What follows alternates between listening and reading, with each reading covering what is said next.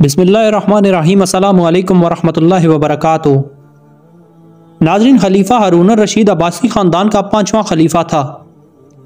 अब्बासियों ने तवील अरसा तक इस्लामी दुनिया पर हुकूमत की, लेकिन इनमें से शोहरत सिर्फ हारून रशीद को नसीब हुई।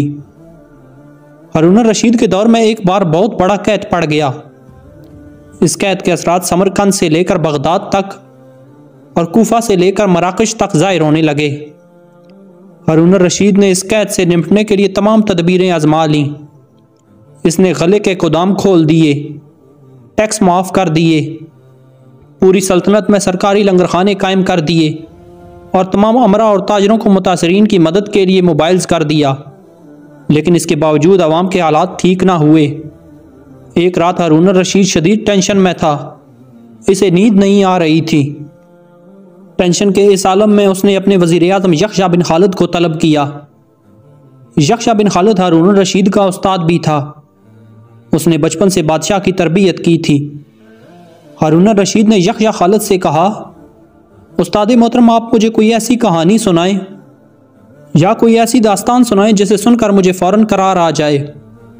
यख्या बिन खालिद मुस्कुराया और अर्ज़ किया, बादशाह सलामत, मैंने अल्लाह के किसी नबी की हयात तैयबा में एक दास्तान पढ़ी थी।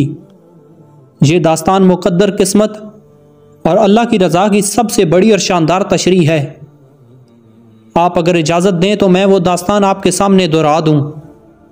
बादशाह ने बेचैनी से फरमाया, या उस्ताद फ़ौरन फरमाइए, मेरी जान हलक में अटक रही है। यख्या खालिद ने अर्ज़ किया, किसी जंगल में एक बंदरिया सफ़र के लिए रवाना होने लगी। उसका एक बच्चा था। वो बच्चे को साथ नहीं लेकर जा सकती थी।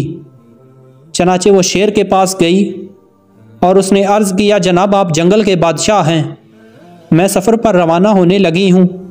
मेरी ख्वाहिश है आप मेरे बच्चे की हिफाजत अपने ज़िम्मे ले लें। शेर ने हामी भर ली। बंदरिया ने अपना बच्चा शेर के हवाले कर दिया। शेर ने वो बच्चा अपने कंधे पर बिठा लिया। इसके बाद बंदरिया सफ़र पर रवाना हो गई। अब शेर रोज़ाना बंदर के बच्चे को कंधे पर बिठाता और जंगल में अपने रोज़मर्रा के काम करता रहता। एक दिन वो जंगल में घूम रहा था कि अचानक आसमान से एक चील ने डाई लगाई। शेर के करीब पहुंची, बंदरिया का बच्चा उठाया और आसमान में गुम हो गई। शेर जंगल में भागा दौड़ा, लेकिन वो चील को ना पकड़ सका। यख्या खालिद रुका। उसने सांस लिया और खलीफा हारून रशीद से अर्ज़ किया, बादशाह सलामत, चंद दिन बाद बंदरिया वापस आई और शेर से अपने बच्चे का मुतालबा कर दिया। शेर ने शर्मिंदगी से जवाब दिया, तुम्हारा बच्चा तो चील ले गई है।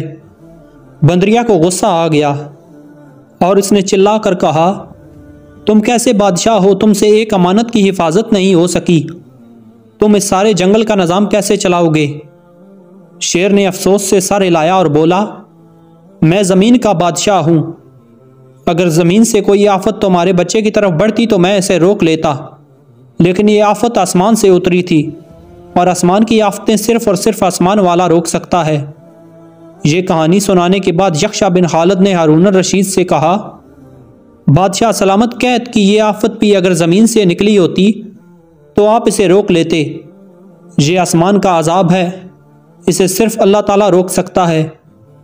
चनाचे आप इसे रुकवाने के लिए बादशाह ना बने, बल्कि फ़कीर बन जाएं तो ये आफत रुक जाएगी। दुनिया में आफतें दो किस्म की होती हैं, आसमानी मुसीबतें और ज़मीनी आफतें। आसमानी आफत से बचने के लिए अल्लाह ताला का राज़ी होना ज़रूरी होता है, जबकि ज़मीनी आफत से बचाव के लिए इंसानों का मुत्तहिद होना, वसाइल का भरपूर इस्तेमाल और हुक्मरानी का इखलास दरकार होता है। यख्या बिन खालिद ने हारून रशीद को कहा था, बादशाह सलामत, आसमानी आफतें इस वक्त तक ख़त्म नहीं होती जब तक इंसान अपने रब को राज़ी नहीं कर लेता। आप इस आफत का मुकाबला बादशाह बनकर नहीं कर सकेंगे।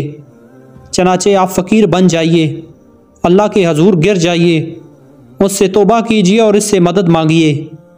दुनिया के तमाम मसाइल और इनके हल के दरमियान सिर्फ इतना फ़ासला होता है जितना माथे और जाए नमाज में होता है। लेकिन अफसोस, हम अपने मसाइल के हल के लिए 7 समंदर पार तो जा सकते हैं, लेकिन माथे और जाए नमाज के दरमियान मौजूद चंद इंच का फ़ासला तय नहीं कर सकते।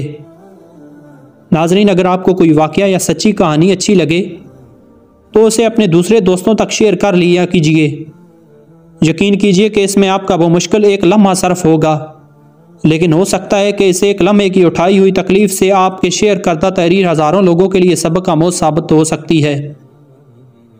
नाज़रीन, अगर आपको हमारी ये वीडियो पसंद आई हो तो वीडियो को लाइक और चैनल को सब्सक्राइब ज़रूर से कर देना।